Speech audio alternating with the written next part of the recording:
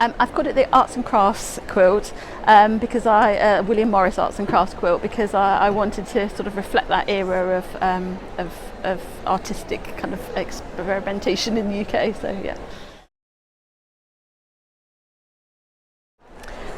My quilt is based on a quilt from the Quilters Guild collection. It's called the Ladies Work Society Coverlet, and it was made at the beginning of the 19th century by a group of women. It was a way for them to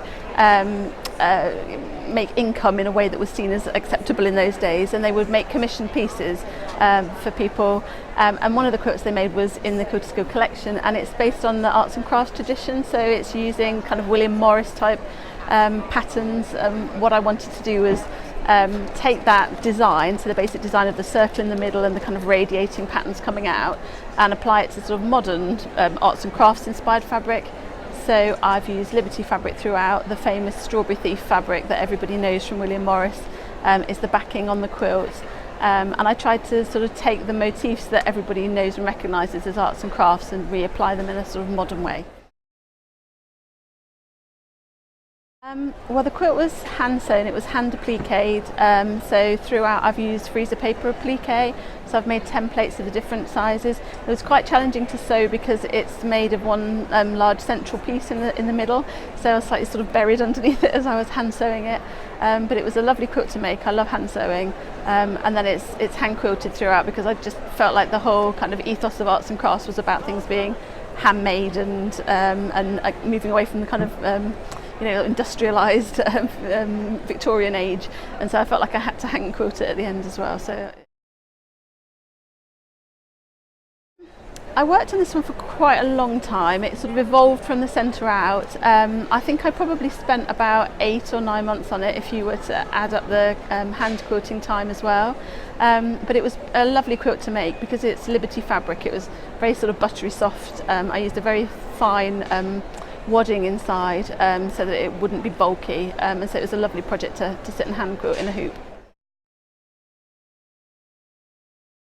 I made my first quilt when I had my first baby, and she's a 16-year-old now, because I lived in the States and I saw quilts and I thought I would love to have one, but antique quilts are so expensive, and I was back in the UK and it was very hard to come by fabric in those days, and I went along to a local quilt shop and somebody there showed me how to make a quilt and I was hooked, and I've been making quilts ever since.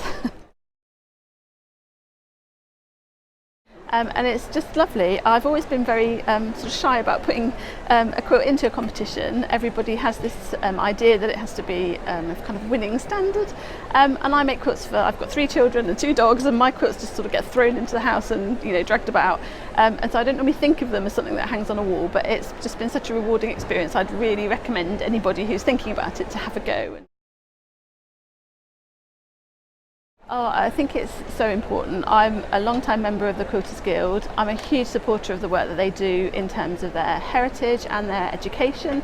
They have all sorts of different ways of encouraging the next generation of quilters, from children to students. We are the home of quilting, and it's really important, I think, that as British quilters we kind of show off what we can do. We're a little island compared to the kind of big quilt world of America and the rest of the world, but it's really lovely to be able to do something that is very kind of rooted in Britishness. That arts and crafts sort of artistic movement came from the UK, and I really wanted to make a quilt that if someone were to find it in 300 years time, they would know that it was made in Britain, and that it was made by a British quilter, and that it wasn't generic.